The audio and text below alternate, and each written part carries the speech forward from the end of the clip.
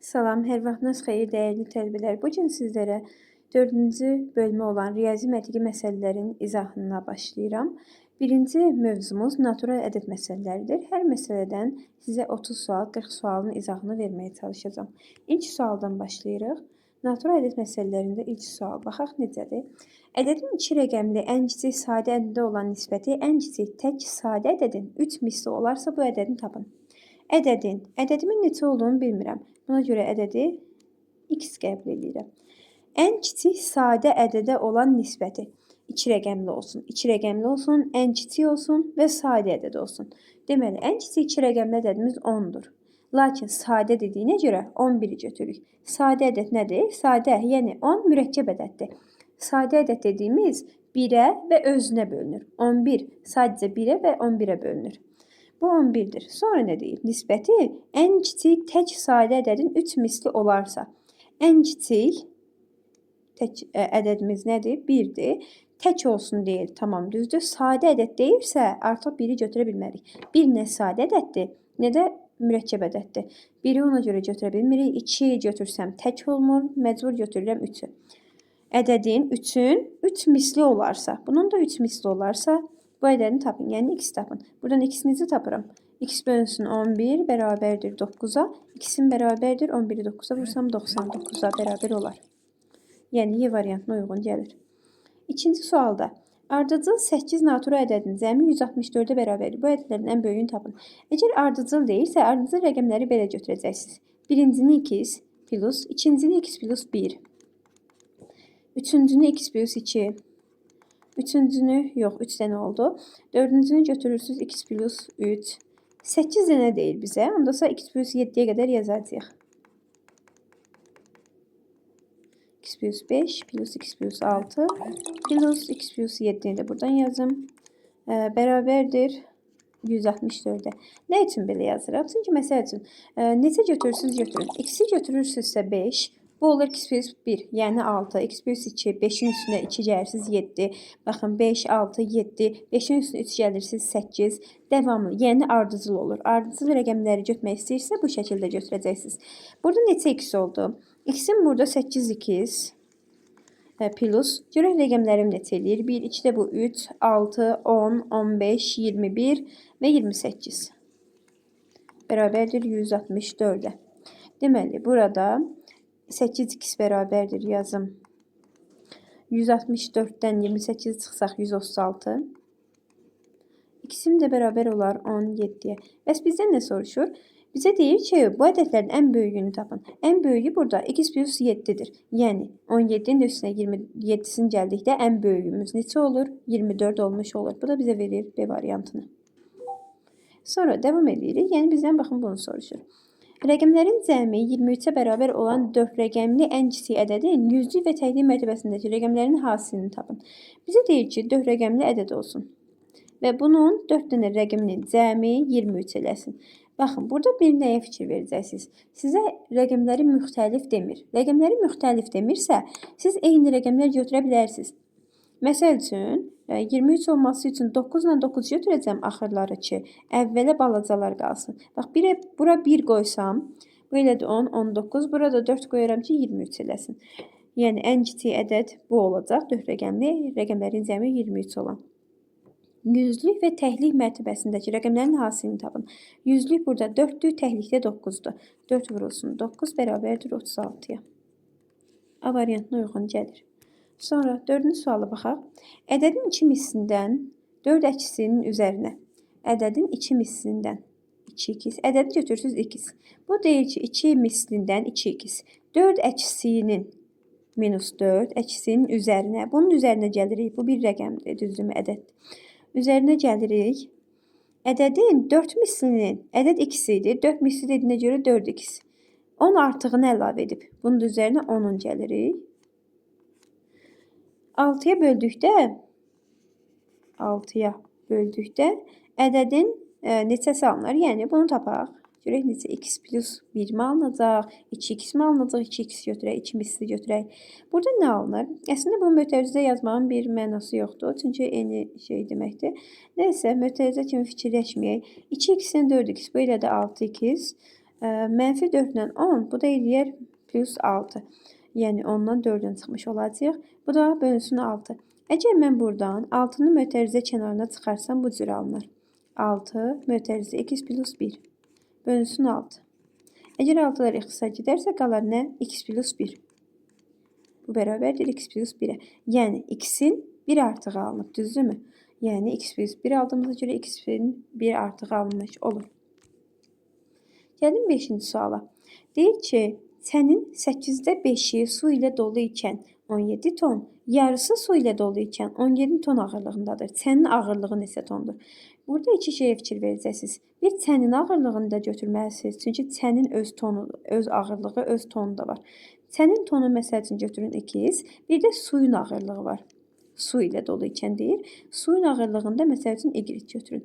İndi bizə deyir ki, sənin 8'də 5'i su ilə dolu ikən 8'də 5 su, yəni 8'də 5 y.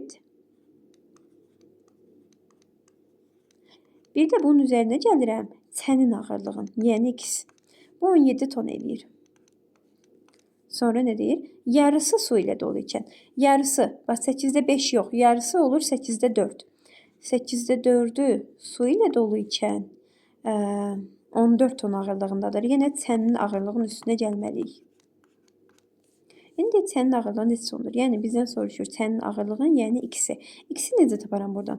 Bunları əgər mən alt-alta toplasam, 2x olacaq. Burada da 8'də 9 olacaq. Həm y-im qalacaq, həm də x-im qalacaq. Ona görə bunu rahatlıqla tapa bilməyəcəm. Bunu onun üçün çıxıram ki, alt-alta. X-lərim getsin, y-lərim qalsın, sonra y-in qiymətini yerinə qoyub x-i taparıq. Burada nə alınır? Buradan baxın, x-lərim alt-alta çıxsam x-lərim gedir.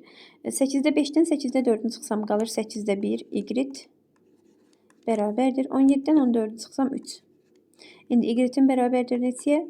24'ə. Nə üçün? 8'i 3'ə vururam. Y edə bilin ki, burada surətdə olur. Nəyi 8'ə bölsəm 3 edir? 24'ü. Əgər y-im 24'dürsə, gəlin x-in birini qoyaq yerinə tapaq.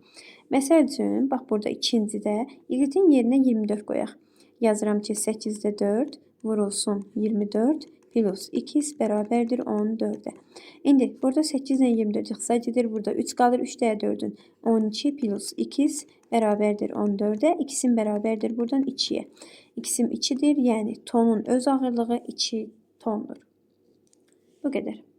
Keçirəm 6-cı suala. İndi mən bunları yerim dar olduğu üçün biraz təmizləyəcəm ki, sizin üçün də qarışıq görünməsin.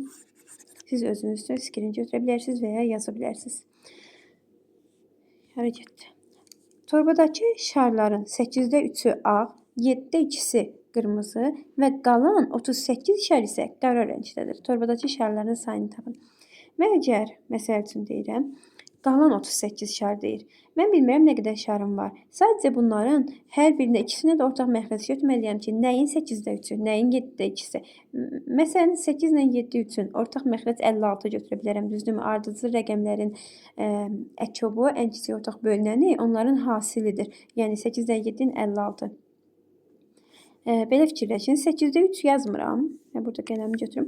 8'də 3 yazmıram. Elə bil ki, yazıram 56'da. Bunu 7'yə vuramsa, bunu da 7'yə vuracağım. 21. Eyni şey demək deyilmi? Bunlar yenə 7'yə ixtisar getsə 8'də 3 qalır. Yəni 56'da 21 ilə 8'də 3 eyni şey deməkdir. Bu 56'da 21'i ağ şardır. Bunu da 56'ya gətirək. Məxrəci 56 olsun.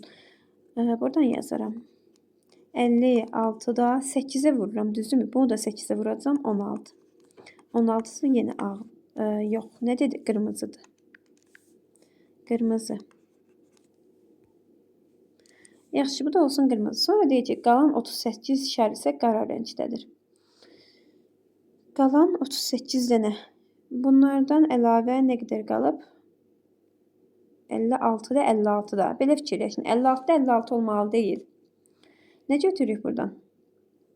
Götürürəm ki, baxın, belə fikirləşin. Bunun nə qədər qalıbdır? 56'da 16, 56'da 21. İkisi bir yerdə eləyir neçə?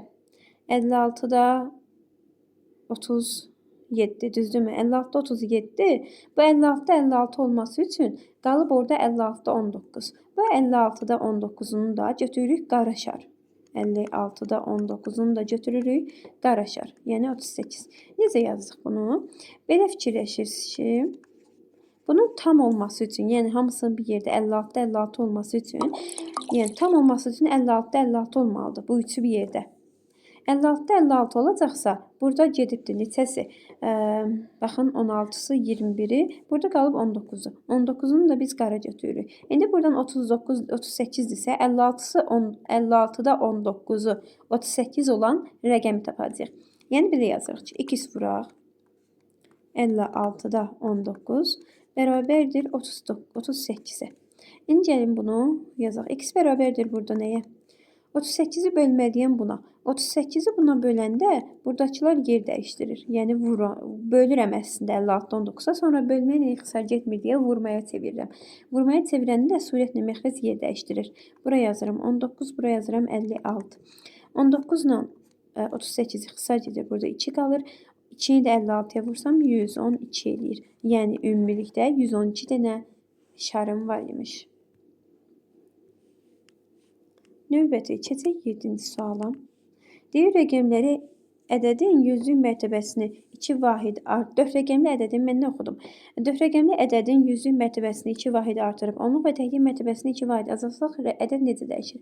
Burada ürəyiniz istəyən ədədi götürə bilərsiniz. Sizə 2 dənə nümunə göstərim. İkisində də eyni cavab çıxacaqdır. Sadəcə bir şeyə diqqət yetirin. Onluq və təklik mərtəbəsini 2 vahid azaldacağıq axı. Çalışın 2-dən biraz çox böyük ədəd götürün ki, azaldığında rahat azalda biləsiniz. Baxırıq, 4 rəqəmli ədəd götürürəm.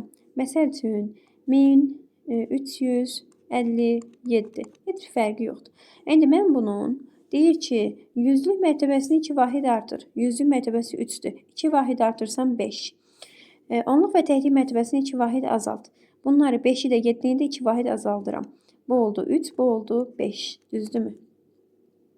Və bir də burada durur. İndi bu ədəd neynədir? Artdı. Deyir ki, ədəd necə dəyişir? Artdı da. Nə qədər artdı? Nə qədər artdığını bilmək üçün 1535-dən çıxacam 1357-ni. 1357-ni çıxsam 15-dən 7-sini 8. Sonra burada 2 qaldı. 12-dən 5-in 7. Burada da 14 qaldı. 14-dən 13-ün 1. 178 vahid artdı. 1357 götürmüşdüm. 1535 oldu. Yəni 178 vahid artdı. Burada ürək istəyən ədədi götürərsiniz. Məsəl üçün götürürəm yenə 2676 deyək. Fərqi yoxdur. Eyni rəqəm də götürə bilərsiniz burada. İstəyirsiniz hamısını eyni götürün. 6666. Yəni bir fərqi yoxdur. Deməli, yüzlük mərtəbəsini 2 vahid artırdım. 8 olsun. Burada təkliyi artırıram. Təkliyi ilə onluğu azaldıram. Bunlar da eləyir burada 5 və bundan da ikisini çıxsam 4. Burada eyni qalır. Yenə artdı, düzdürmü? 2678 ildə oldu. 2854. Nə qədər artdığını tapmaq üçün bunun tərsinə çıxaq. 2854-dən çıxaq 2676-nı. 14-dən 6-sını 8, burada qalıb 4. 14-dən 7-sini 7, burada da 27 qalıb, ikisi verdi. 27-dən 26-sını 1. Yenə 178 vahid artmış oldu. Yəni, ürək istəyən rəqəm götürə bilərsiniz. Hər dəfə, yəni sizə deyilənləri düzgün yazsanız, eyni cavab alacaqsınız. Deyir ki, ədədin yarısı ilə 1/4-nin cəmi qalan hissəsinin 3/2-nin 14 vahid artıqdır. Yaxşı, bunu necə yazaq? Deyir ki, ədədin yarısı ilə. Ədədin yarısı nə deməkdir? Ədədin yarısı buradan yazım. X bölü 2-dir. Düzdürmü? X bölü 2-dir. Və bunun deyir 1/4-nin. Yəni, yarısı yox da, 4-ə bölünmüş halı. Nə demək 1/4? 1/4 X yazmalıyam əslində. Düzdürmü? Amma indi bu X-i surətdə deyil. X bölünsün 4 şəklində yazacağım. Eyni şey 1/4 də 1 onsuz bunun yanındadır. Bu bərabər deyir nəyə? Birinin cəmi. Qalan hissəsinin. Qalan hissə nə qədər qalıb? Bilmirəm. Baxın, bu qədər gedibdir. Deyir ki, yarısı ilə 1/4-nin cəmi onun qalan hissəsinin. Qalan hissəsi bilirsiniz nə qədər olur? X-dən çıxıram. Bu ikisinin belə fikirləşin də X bölü 2 ilə bundan da çıxıram. Nə qədər qaldı? X bölsün 4-ünü. Bunun 14 vahid hissəsinin 3/2-sindən, bunun da hələ 3/2-sindən, bunu da vuram 3/2-yə. Sadəcə düzgün yazmalısınız. Sonrası asan gəlir. 14 vahid artıqdır. Bu artıqdır deyə bunun üzərinə mən gəlirəm 14-ü. Bir dənə yerimiz də balaca olduğu üçün biraz Yaxşı yaza bilmirik. Sonra gəlin bunu indi başlayaq hesablamağa. Burada nə götürək? İkisi üçün də ortaq məxrəc. Gözləyim bu hissəni təmizləyim. Rahat-rahat yazaq. Yaxşı, bu ikisi üçün bərabərliyin birinci tərəfi, sol tərəfi üçün ortaq məxrəc nədir? 4-dür, düzdürmü? Əgər ortaq məxrəcimiz 4-dürsə, ortaq məxrəcimi götürüm 4. Burada x, baxın bu 2x plus x. Çünki 4 məxrəc götürürsənsə, bunu 2-yə vurmalısan ki, 4 ilə. Sonda yuxarıda 2-yə vurursan. Onda olur 2x, x-in biri də burada 3x. Birinci tərəf oldu belə. Bu bərabərdir. Gəlin bunu bir dənə sadələşdirək. 2, 4 üçün yenə ortaq məxrəc nədir burada? Bunlar üçün ortaq məxrəc yenə 4-dür. Yenə 4-dür. Bunu 4-ə vursam eləyir 4x. 4x-dən çıxıram 2x-in. Axı bu elədir 2x, düzdürmü? Yenə 2-yə vururam ki, 4 eləsin. Bu da 4-ə vururam. 4x-in 2x-in çıxsam eləyir 2x. 2x bağışlayın 2x. 2x-dən də yenə bu 4-dür deyə heç nəyə vurmayacağım. X-i çıxsam eləyir sadəcə x. Tamam, bu belə. Bunu da yenə vururam 3-də 2-yə. Üzərinə 14 gəlir. Əslində birbaşa vura bilərdik. Nəysə, vuraq. Deməli, burada vursam nə edir? Bunu yazıram. Burada 4 nə 2 onsuz ixtisar gedir, bax. İxtisar gedir. Burada qalır 2. İndi bunu təzədən yazıram. Hardan yazıq? Buradan yazıq, yaxşı. Baxın, bunu yazıram ki, 3x bölünsün 4 bərabərdir. Burada ixtisar getdi, x qaldı. Düzdürmü? 2-ni də 3-ə vursam 6. Üzərini gərim 14. İndi bunların ikisini bir yerə keçirdək, bir tərəfə keçirdək. Həm keçirdək, həm də bunları ortaq məxrəc gətirdək. Məsəl üçün 4 ilə 6 üçün ortaq məxrəc neçədir? 12-dir, düzdürmü? Bunu 12 məxrəcdən yazsam nə olur? 12 olması üçün bunu 3-ə vuramsa, yuxarını da 3-ə vuracağım. Onda yuxarını 3-ə vuranda eləyir 9x. Minus, niyə? Bunu keçirəm o biz tərəfə. Bunu yazıram 12-də. 12 olması üçün bunu 2-yə vurmalıyım. Onda yuxarını da 2-yə vururum, eləyir 2x. Bərabərdir 14 qalsın yerində. Bu nə oldu? Bu olur belə. 12-də 9x-dən 2x çıxsam 7x bərabərdir 14-ə. İndi 7x bərabərdir 14-ə 12-yə vururam. Burada eləyir neçə? Əslində ixtisar gedərdi. İkisi də surətdir. İxtisar eləməyək. Baxaq görə neçə eləyir bu? 14-ü 12-yə vursaq. Deməli eləyir 140, 28 də o, 168. X-im də bərabərdir. 16-nı 7-yə bölsəm 2 dəfə, 28 qalır. 7-yə bölsəm 4 dəfə. Bu da bizə verər 24-dür. X-imiz 24-dür. Bu ədəd aşağıdakilərdən hansıdır? X-i soruşur, elə 24-ü soruşur. Yəni, biraz uzun gedir. Sadəcə bunu düzgün şəkildə yerinə qoymaq lazımdır. Buradan keçək 9-cu suala. 9-cu sualı biraz üstün bu hissələri təmizləyim. Bizə maneçiyi törətməsin.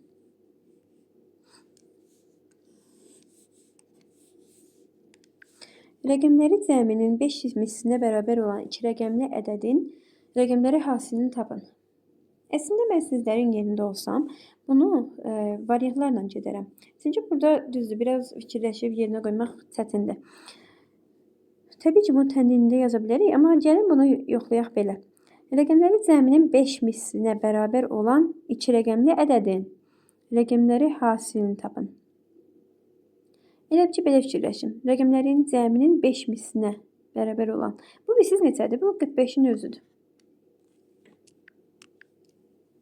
Rəqəmləri hasilini, bunlar buradakı sizə verilən ədəd.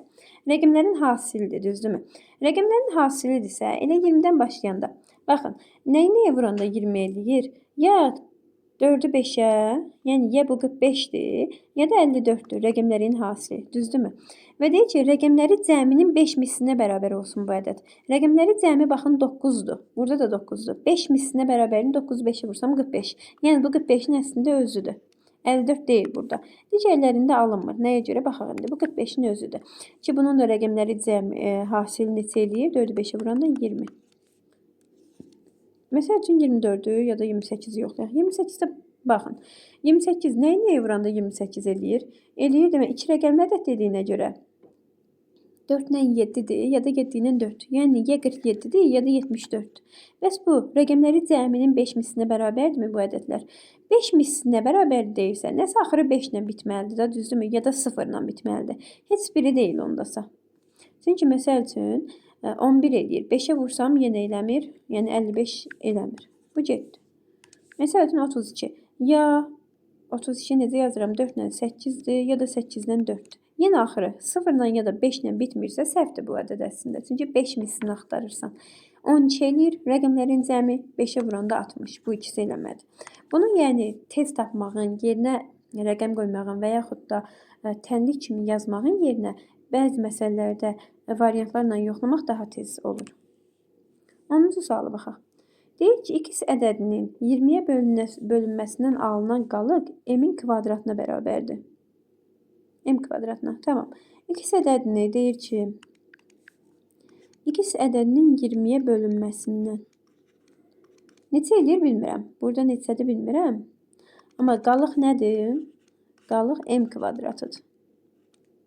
Tamam. M-in ala biləcəyi qiymətlərin cəmini tapın. Bəs biz burada nə demişik? Demişik ki, əslində bunu şifrələrdən bilməlisiniz ki, burada qalıq böləndən balaca olmalıdır. Yəni m kvadrat balaca olmalıdır 20-dən. İndi bunun nə qoya bilərik yerinə? 1 qoya bilərəm. M bərabərdir nəyə? 1 qoya bilərəm. 1-in kvadratı. Bəli, ola bilər. 2 qoya bilərəm. 2-in kvadrat 4. Yenə kiçik olur. Bəli. 3 qoya bilərəm. Bəli. 3-ün kvadrat 9. Bu da 20-dən kiçik olur. Sonra 4 qoya bilərəm. 16. 20-dən kiçik olur. 4-ə qədər. 5 qoysam 25. Artıq burada alınmır. 20-dən böyük olur.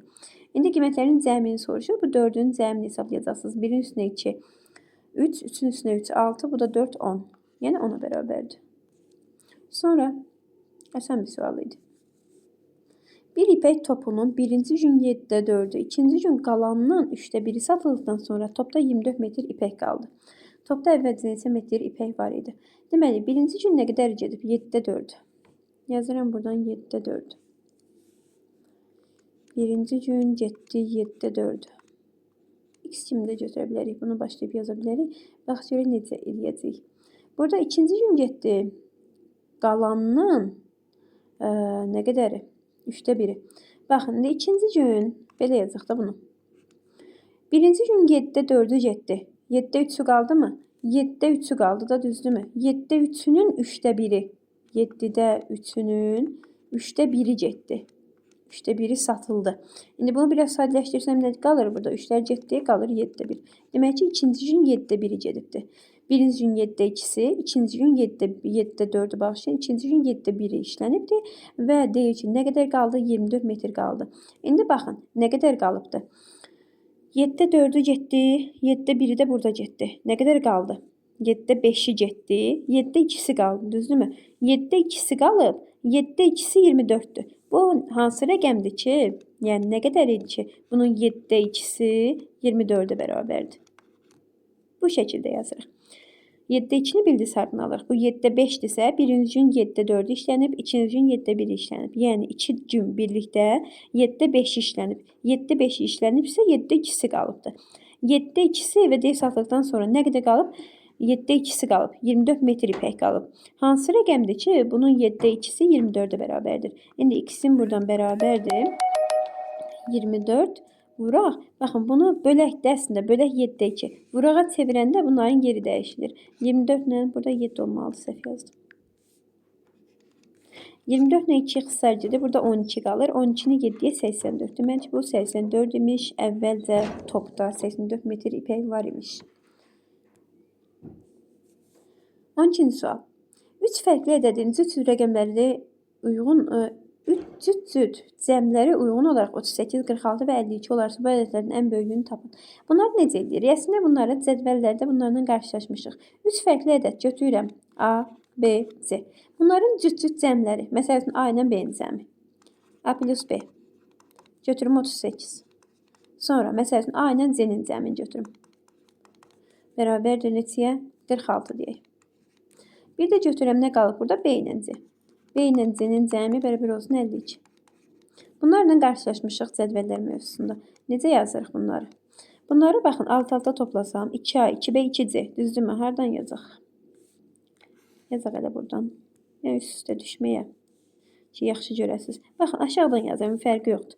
2A plus 2B plus 2C bərabərdir. Bunları toplasam neçə edir? 38 ilə 52 bizi verər 90-ı.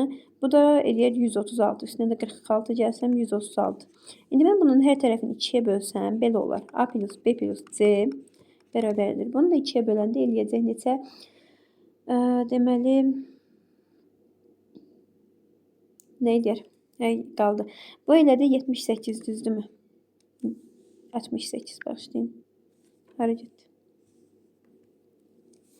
Bu eləyər bizə 68. Yaxşı, bunu aldıq 68. İndi qaydaq hara? Deməli, burada baxırıq ki, nə qaldı burada? Baxın buradan, indi belə deyək. A, B, C-ni 68 tapmışıq. Məsəl üçün, A ilə B-nin cəmini qoyuruq yerinə. A ilə B-nin cəmi nəyə bərabərdir? 38. Əgər 38 isə, C-im neçədir? Onda 38 plus C bərabərdir 68. C-im bərabərdir 30-a, düzdürmü? C bərabərdir 30-a. İndi C 30-dursa, A-im neçədir? Baxın, C-nin üstünə, 30-un üstünə neçə gəlməliyim? 46 eləsin, 16, düzdürmü? A-im oldu 16. Bir də B-yə baxaq. B-im də bərabərdir. Məsələn, A-yı bildik ki, 16-dır. Onda B-im nə olur? B-im də olur 22. Bunların ən böyüyünü soruşur. Baxın, deyir ki, ədədlərin ən böyüyünü tapın. Ən böyüyü C, yəni 30-a bərabərdir. Biraz uzun idi, lakin çətin deyildi. Baxaq 13-cü suala. Görək bizə 13-cü sualda nə soruşur? Hansı məlumatlar verir ki, biz hansı məlumatları tapaq? Deməli, 13-cü sualda bizə deyir ki, eni 18 metr, uzunluğu 45 millimetr olan düzbucaqlı şəklində rəngli kağızlardan ən az neçəsinə birləşmək lazım ki, kvadrat formasında kağız alsın. Bir dənə düzbucaqlı fikirləşirsiniz ki, bunun eni 18-dir, yəni aşağısı 18. Elə yazdım ki, eni gəldi düşdü 45-in üstünə.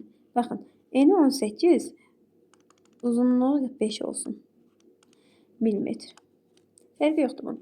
Siz bunu kvadrata çevirirsinizsə, belə fikirləşin. Bu ikisi üçün də ortaq nə olur? 90 olur da, düzdürmü? Yəni, mən bu 18-dən 5 dənəsini qoymalıyam ki, yan-yana 90 eləsin. Bundan da 2 dənəsini yan-yana qoymalıyam ki, 90 eləsin. İndi baxın, belə nə edirsiniz? Çəkin bunu sizin üçün görəsiniz. Bu bir kvadrat olaraq nəzərdə tutun. Burada indi baxın, 5 yerə bölürəm bunu ki, 18, 5 dənə, ya da belə bölək. Fərqi yoxdur onsuz. 2, 3, 4 və 5. Bunun hər biri 18-dir. 18, 18, 18, 18, 90 oldu mu? Bunu da bölürəm 2 yerə. Bura 45 deyirəm. Bura 45 deyirəm. Nə qədər elədi? 45, 45, bu da 90 elədi. İndi mənə neçə dənə lazımdır belə formalı kağız? Neçə dənəsi lazımdır? Bundan mənə neçə dənəsi lazımdır? 5 burada, 5 burada, 10 dənə. Onun üzərini örtmüşəm, B variantına uyğun gəlir. Yəni, 2 bunu tapırıq. Sonra yerinə qoyuruq ki, nə götürə bilərik? Əslində, şifahi sualdır. ABC ədədinin sağına 8 yazdıqda alınan ədəd, soluna 2 yazdıqda alınan ədədin 3 dəfə böyükdür. Deyək ki, ABC'nin sağına 8, mən soluna yazıram, gözləyin. ABC, belə yazıq, ABC. Bunun sağına 8 yazıldıqda alınan ədəd, soluna 2 yazıldıqda, ABC-nin soluna 2 yazıldıqda alınan ədəddən 3 dəfə böyükdür. Bu böyükdür 3 dəfə, düzdürmü? Əgər bu 3 dəfə böyükdürsə, bunu mən 3-ə vurmalıyam ki, neynəsin? Bundan bərabər olsun. Onda neynirəm? Baxın, mən bunu belə görəndə bəlkə yaza bilmərsiniz, amma şifrəli əməllər kimi yazsam, yəni alt-alta, siz bunu rahat-rahat hesablaya biləcəksiniz. 2ABC vururam 3-ə. Bərabər olur nəyə? ABC 8-ə. İndi baxın. 3-ü mən nəyə vursam axırı 8 eləyər? 6-ya. 6-ya, düzdürmü? İndi bu C 6-dırsa, burada da 6-dır. Baxın, 8 eləyir bir yadda. 3 dəfə 6-dan 18, 8 yazıram bir yadda. İndi bu əslində 5-dir ya da 15-dir ki, 15 də 5 ola bilməz ki. 15-dir, bir də yadda 16. İndi mən nəyə vurmalıyam? 5-ə vurmalıyam ki, 15 eləsin, bir də yadda 16. 16, 6, bu 5-dir, düzdürmü? 16-dır, 6 yazıram bir yadda. Burada yəni 4 olmalıdır ki, bir də yadda 5 eləsin. Yəni bu 14 deyil, 14 deyil, 3-ə bölünəndə 4 deyil, 14 deyil, 24. 24 olması üçün 8-dir.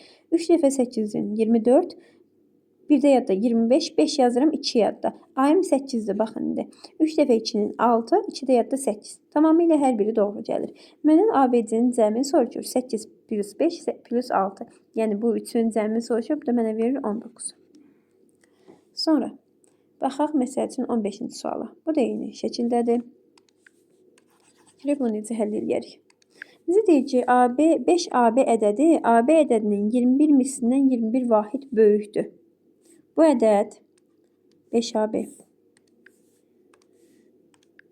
5AB nədən böyükdür? AB ədədinin 21 mislindən AB-ni 21-ə vurur, 21AB. Bura. Bunun 21 mislindən 20 vahid böyükdür. Üzərini gəlir 20-sin. Yaxşı. Gəlin bunu necə həll edərik? Yəni baxaq bir-bir. Belə deyək. Baxın bu 5AB idi. Əslində belə hesablaya bilərik də bunu. Bunu ya açaq ya da olduğu kimi qalsın. Bu əgər 21AB-dir, burada da 5AB-dir. Bunu mən də yaza bilərəm. 5AB, yəni 500 neçədir, düzdürmü? 500 neçə. 500 neçə olaraq yazsam, yəni belə yazaq, həm də rəqəmlər də biraz böyüsün ki, yaza bilək. Buna baxın 500. 500 neçədir, düzdürmü? 500 plus AB yaza bilərəm onda. Bunu olduğu kimi saxlayacağım. Mənim işimə yarayacaq. 21 vurulsun AB. Plus 20. İndi mən bu AB-ləri bir yerə gətirirəm. Bunu bu tərəfə gətirəcəyim. 20-ni o tərəfə keçirəcəyim ki, mənfi müsbət qarışmasın bir-birinə. Baxın, AB-ni bura gətirsəm, yəni 21-dən AB-ni, 21 AB-dən AB-ni çıxsam, qalar 20 AB. 20 AB bərabərdir. 20-ni o tərəfə keçirdəndə olur ki, 500 çıx 20. Bu da bizə olur 480. Fərq yoxdur, yerlərini dəyişdim. Bu da AB bərabərdir. 48-i 2-yə bölsəm 24. AB 24-ə bərabərdir. Bizə nəyi soruşur? Yəni AB-də özü 24-ə bərabərdir. Bu iki rəqəm ədəddir və 24-dür. A ilə B-nin rəqəmləri cəmini soruşur. 2 ilə 4-ü toplayasınız. Bu da sizə verəcək 6-nı. Sonra baxarıq 16-cı suala. 6AB ədədi AB ədədindən 51 dəfə böyükdür. AB ədədinin qiymətini tapın. 6AB ədədi AB ədədindən 51 dəfə böyükdür. 6AB bərabərdir.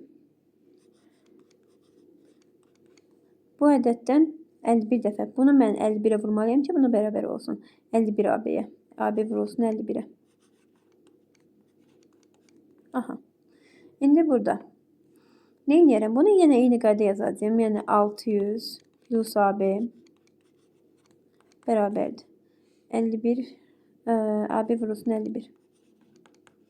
İndi baxın, burada 51 AB. Bir dənə AB bu tərəfə keçsə, olur 50 AB. 50 AB bərabərdir 600-ə. AB-nin özü bərabərdir nəyə? Bölsəm 600-ü 50-yə neçə dəfə düşür? Bir dəfə, bu da 2 dəfə, 12. 12 AB ədədini tapın 12-yə bərabərdir. Elə bu qədər. 17-ci sualda. 5-ci imtahanda topladığı bala görə tələbənin orta balı 74-dən 70-ə düşmüşdür. O 5-ci imtahanda neçə bal toplamışdır? Bundan əvvəl 4 dənə imtahan veribdir və 5-ci imtahanda topladığı ilə. 4 dənə imtahan verib bu adam. Tələbə 4 dənə imtahan veribdir. Ədədi orta deyəndə biz bunu 5-ə bölməliyik ki, çıxsın. Və sonra deməli 74-dən 70-ə düşmüşdür. 5-ci imtahana qədər 74 idi, düzdürmü? Mən bunu götürüm məsələn 4 imtahan bir yerdə götürüm nə? Götürüm bunu x. 4 imtahan bir yerdə x idi. Bu 4 imtahanın ədədi ortası, yəni x-in ədədi ortası 4 olacaq da, düzdürmü? 4-ə bölürəm 4 imtahan. Bərabərmiş 74-ə. 4 imtahan bir yerdə, hamısı bir yerdə nə qədər toplayıb? X bərabərmiş nəyə? 74-ü 4-ə vursam bizə neçə verər? 74-ü 4-ə vursaq verər 296. 296. Deməli, 4 imtahan bir yerdə 296 bal toplayıbmış. Sonra bu 296-nın üzərinə 5-ci imtahanda topladı. 5-ci imtahanı götürək məsəl üçün Y. 5-ci imtahandır bu, Y götürdüyümüz. Bu 5-ci imtahanı toplayanda ədədə orta necə olur? 5'e bölürəm də 4 imtahan bu, 1 imtahan da bu, 5 imtahan. Bu bərabər olur 70'e. Çünki 74'dən 70'e düşür deyil. İndi mən bunu tapmalıyam. Y-i buradan tapmağa nə var ki? 296 plus Y bərabərdir. 5'i 70'e 350. Y də bərabərdir. 350'dən çıxacağım 296'na. Bu da mənə verəcək 54'dür. Yəni deməli 5-ci imtahandan 54 bal toplayıbmış. C variantına yoxun gəlir. Baxırıq 18-ci suala. 18-ci sualda deyir ki, Ayselin 125 ədəd, Gülnarın isə 74 ədəd renkli karandaşı var. Tamam. Aysel və bir tərəfdən yazaq Gülnar. Gülnar. Aha. Ayselin 125 ədəddir. Gülnarın 74 ədəd. 77 ədəd renkli karandaş verir. Deyir ki, Aysel hər gün Gülnara 4 karandaş verir. Hər gün 4 dənə. İndi baxın, Aysel verirsə Ayseldən azalır 4 dənə. Hər gün 4 dənə dediyinə görə mən burada 4n götürəcəyəm. Yəni ki, məsələn, n-in yerinə bir gündə n-i gün olaraq qəbul edək. Bir gün olsa 4-ün çıxacağım elə. 2 gün olsa 4 birinci gün, 4 ikinci gün, 8-in çıxacağım. Belə fikirləşin. Bu günlərin də üzərinə hər gün 4n qədər gəlir də. Yəni bundan azalırsa, bundan da hər gün 4n qədər gəlir. Neçə gündən sonra Ayselin karandaşları Gülnarın karandaşlarından 16 ədəd çox olar. Ayselin karandaşları nə qədərdir Ayselinki? 125 125 nə yazdım? Aha, minus 4n nə vaxt? Gülnarın karandaşlarından 16 ədəd çox olar. Bu çox olar bununkindən. Bununkinin üzərinə 16 gələcəm. Ya da bundan 16 çıxa bilərsiniz. 77 plus 4n-dən 16 vahid çox olsun. Bunun üzərinə 16 gəlmişə bir-birinə bərabər olsun. Elə fikirləşin. Plus 16. Aha, məsələn, buradan n-i tapmalıyıq. Neçə gün sonra deyir. Günü tapmalıyıq. Gündə nə qəbul eləmişdik? 4 n qəbul eləmişdik. N-i indi gəlin tapaq. Buradan indi fikirləşin ki, bu n-i aparım o tərəfə, rəqəmləri gətirin bura, mənfiyə düşməyək. 77-ni bu tərəfə gətirsəm, 77 ilə 16 burada neçə edir? 77 ilə 16 burada eləyir neçə deməli? Toplasam 83, 93, 93. İndi 25-dən də 125-dən bu tərəfə keçsə 125 çıxaq 93. Bu da bizə verəcək neçəni? 32-ni. Bu da indi bu tərəfdə oldu 32. Bu tərəfə yazın, fərq yoxdur, 32 bərabərdir. Bu 4-dən də o tərəfə keçsə, olur müsbət. Beyiniz qarışmasın, bax. 32 birinci səhvdə aldığım rəqəmlərdən bərabər. 4-dən də C tərəfə keçsə müsbət olur, 4-dən toplanır. Olur 8-in. Vəssalam. 8-in 32-dirsə, n-in bərabərdir 4-ə. 4 gün sonra yəni. 16 ədəd çox olarmış. Devam edək. 19-cu sualda. Deyir ki, metal çubuğu 2 hissəyə, 12 bərabər hissəyə oxuya bilmədim. Metal çubuğu 12 bərabər hissəyə bölürlər.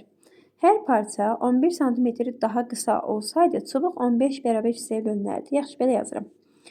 Deyir ki, 12 bərabər hissəyə bölüblər. Neçəyə bölüblər bilmirəm. Bu neçə hissədir? 12 bərabər hissəyə bölüblər. Neçə düşüb bilmirəm. Yəni 12 hissədir. Hərəsinin uzunluğu nə qədərdir bilmirəm. Bu bərabər olardı nəyə? Hər parça 11 cm daha qısa olsaydı, bu parçadır, düzdürmü? Bu 11 cm qısa olsaydı, neçə hissəyə bölünəcəkdi? 15 hissəyə. Bəs o. Bu qədər. İndi siz buradan x-i, çubuğun uzunluğu neçə santimetrdə x-i tapacaqsınız. Yəni tapaq. Bunu mən yazıram olduğu kimi. 12x bərabərdir. Burada vurub açıram. 15-i x-ə vursam 15x minus 55. Yox, 15-11-ə vururam, bağışlayın. 15-11-ə vuranda 165. İndi baxın, mən bunu bu tərəfə keçsəm mənfi olacaq. Mənfiyə düşməyək. Yəni yerlərini dəyişək. 165-i o tərəfə keçirək, müsbət olsun. 165 bərabərdir. 12-ni bu tərəfə keçsəm 15 çıxaq 12 olacaq. Bu da eləyir 3x. X bərabər neçəyə indi? 165-i böləcəksiniz 3-ə. Bu da sizə verir 55. Hə, bizdən ümumini x-i soruşmamış. Çubuğun uzunluğu neçə santimetrdir? Elə ki, bunu x-i tapmışıq 15, bu 55. Hər dəfədə elə ki, 12 dənə 55 parça, 55 santimetrlik, santimetrdir də, bəlli mi? Aha, bəli. 55 dənə 55 santimetr uzunluğunda 12 dənə parça var. Yəni, mən burada ümumi çubuğun uzunluğunu tapmaq istəyirəmsə, birində qoyacağım yerinə. Ya bunda, ya bunda. İkisində də eyni cavab alınacaq. 55-i də vuraram 12-yə. Bu da bizə verir neçəni? 660-ı. Yəni, B variantına uyğun gəlir. Bir də 20-ci sualın izahına baxaq. Ya da sizə buradan 25 dənə sualın izahını verəcəyəm. Fərqli suallarda görəsiniz. 20-ci suala baxaq. Deyir ki, 14:00-da düzgün vaxtı göstərən saat hər saatda 5 dəqiqə irəli gəlir. Düzgün vaxtın 22:00 olduğu anda həmin saat neçə dəqiqə irəli gəlir? Baxın, necə fikirləşin. Bu xarab saat məsələsidir. Lakin sadə xarab saat məsələsidir. Düstura falan heç nəyə ehtiyac yoxdur. 14:00-da düzgün vaxtı göstərirdi. Hər saatda da 5 dəqiqə irəli gəlir. İndi 20:00-da düzgün vaxtın 20:00. 14:00-da düzgün vaxtı, 22:00-da düzgün vaxt olana qədər neçə saat keçir? 6, 2 də burada 8 saat, düzdürmü? 8 saat keçməlidir. Yəni, baxın, hər saatda 5 dəqiqə irəli gedir. Hər saatda 5 dəqiqə irəli gedirsə, neçə saat gedib ki, mən o 5 dəqiqəni neçəyə vurum? Baxın, 22 olanda, belə deyim də, 14-dən 22-yə gedirsə, 22-dən 14-ünü çıxardayım ki, neçə saat keçibdir? Hər saatda da 5 dəqiqə irəli gedir. Görək nə qədər irəli gedibdir. Bu edir 8, 5 hər saatda da 8 saat keçibdir. Hər saatda da 5 dəqiqə irəli gedir. Yəni, ümumilikdə 40 dəqiqə irəli getmiş olur. Süd ilə dolu qabın ağırlığı 872 qramdır. Südün 1/3-ni boşaltdıqda qabın ağırlığı 652 qram oldu. Boş qabın ağırlığı nə qədərdir? Baxın, bu bayaqki çən və su məsələsində olduğu kimidir. Yəni, siz burada bir götürəsiniz qabın ağırlığı götürün x olaraq. Bir də var südün ağırlığı. Südün ağırlığını da götürün y olaraq. İndi baxaq, süd ilə dolu qabın, yəni x-lə y-in cəmi süddür, bir də qabdır. X-lə y-in cəmi 872-dir. Qramdır. Südün 1/3-ni boşaltdılar. Əgər südün 1/3-ni boşaltdılarsa, süd y idi. 1/3-ni boşaltdılarsa, 3-də 2-si qaldı mı? Qabın ağırlığı, yenə x, yəni qabın ağırlığı burada qalacaq. Plus x yazaq. Qabın ağırlığı nə qədər oldu? 652 oldu. İndi boş qabın ağırlığın. Qabı x-i soruşur bizdən. X-i necə taparam buradan? Yəni bunları əvvəlcə bir-biri ilə alt-alta çıxaq. Nəyə görə? Deyəsiniz ki, x gedir də bəs. X getməlidir. Çünki baxın burada x-i tapmalıyıq, düzdür. Amma alt-alta çıxmaq dedim, topladım. Bunları alt-alta toplasam 2x burada olacaq. Bu da eləyir 3/3 y-də. Yəni yenə y qalır. Y-in heç olmasa burada x getsin, y tapaq, sonra y-in yerinə qoyaq x-i tapaq. Alt-alta çıxsam x-lər gedir. Bu y nə deməkdir? 3/3 y, düzdürmü? 3/3-də, yəni 1. 3/3-dən 3-də 2-sini çıxsam qalır burada 3-də 1. 3-də 1 y bərabərdir. 872-dən 652-sini çıxsam qalır 220. Y də bərabərdir burada 660-a. Niyə? 660-ı 3-ə bölməliyəm ki, 220 eləsin. Yəni, çarpaz vurdum. Bu da elədi 660. İndi baxın, x-in üzərinə 660 gəlirsə 872 edir də. Oradan qoyub yerinə tapasınız. 2 plus 660 bərabərdir 872. 872. İndi x-in burada nəyə bərabərdir? 212'ye başlayın. 212'ye. Bu da bize verir D variantını. Gelin bir de bunlara baxaq. Deyək ki, 22-23 sayılı suallarda məsələləri aşağıdakı şərtə əsasən həll edin. Deyir ki, şagird aşağıdakı ardıcıllıqla ədədləri birdən başlayaraq yan-yana yazır. Yəni, baxın, bu şəkildə yazıb gedir. Neçəyə qədər gedir bilmirəm. Deyir ki, şagird 391 ədədini yazdıqda ümumilikdə neçə və 8 rəqəmindən istifadə etmişdir. İndi mən sizə burada bir məlumat verəcəm, onu yadınızda saxlayın. Unutmayın ki, rəqəmləri belə yan-yana yazdıqda, birdən 100-ə qədər yazanda, bax, birdən 100-ə qədər. Hər rəqəmdən 20 dənə alınmış olur. Hər ədəddən 20 dənə. Məsəl üçün, 8-dən neçədən alınıb? 20 dənə. 1-dən 100-ə qədər. Nəyə görə 20 dənə? Həm sayırsınız 8, 18, 28, 38, 48, 58, 68, 78, başlayırsınız 80. 81, 82, 83, 84, 85, 86, 87 və 88-də 2 dənə 8 sayırsınız. 89, bir də 98. Yəni 8-dən neçə dənə istifadə olunur? 20 dənə. Ümumilikdə 20 dənə 8-dən istifadə olunur, həmçinin bütün rəqəmlərdən.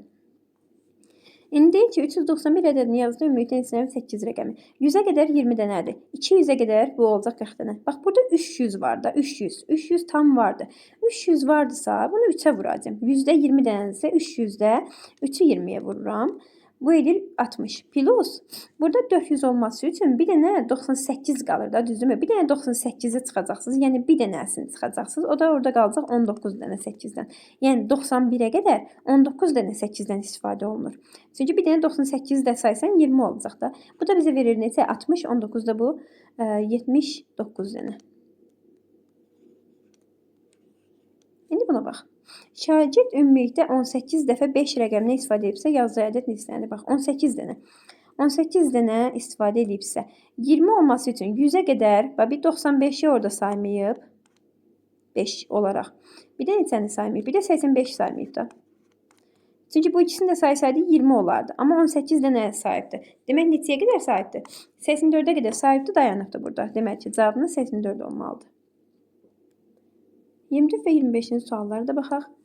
Pilləkənləri 2-2 çıxıb, 3 üst düşən adam 20 addımda pilləkənləri çıxıb düşünə görə pilləkənin neçə pilləsi var? Burada unutmayasınız ki, çıxsa da, düşsə də pilləkənlərin sayı dəyişmir. Yəni, belə fikirləşin. Çıxdığın götürün x, düşdüyün götürün y. Bu ikisinin cəmi bərabər olacaq 20-yə. Nəyə görə? Çünki 20 addımda pilləkənləri həm çıxır, həm də düşür. Pilləkənləri çıxıb düşdüyünə görə. Çıxdığım belə götürəm, düşdüyüm belə. İndi mən nə götürəcəyim? Burada deyirəm ki, çıxdığı ilə düşdüyü bir-birinə bərabərdir. Çünki 20 addımda başlayın, yox, pilləkənlərin sayı bərabərdir. İstəyirsənsə çıx, çıxanda məsəl üçün 20 pillə vardırsa, düşənin də 20 pillə vardırsa, demək ki, çıxdığınla düşdüyün pillələrin sayı bərabərdir. 2-2 çıxırsa mən 2x götürürəm bunu.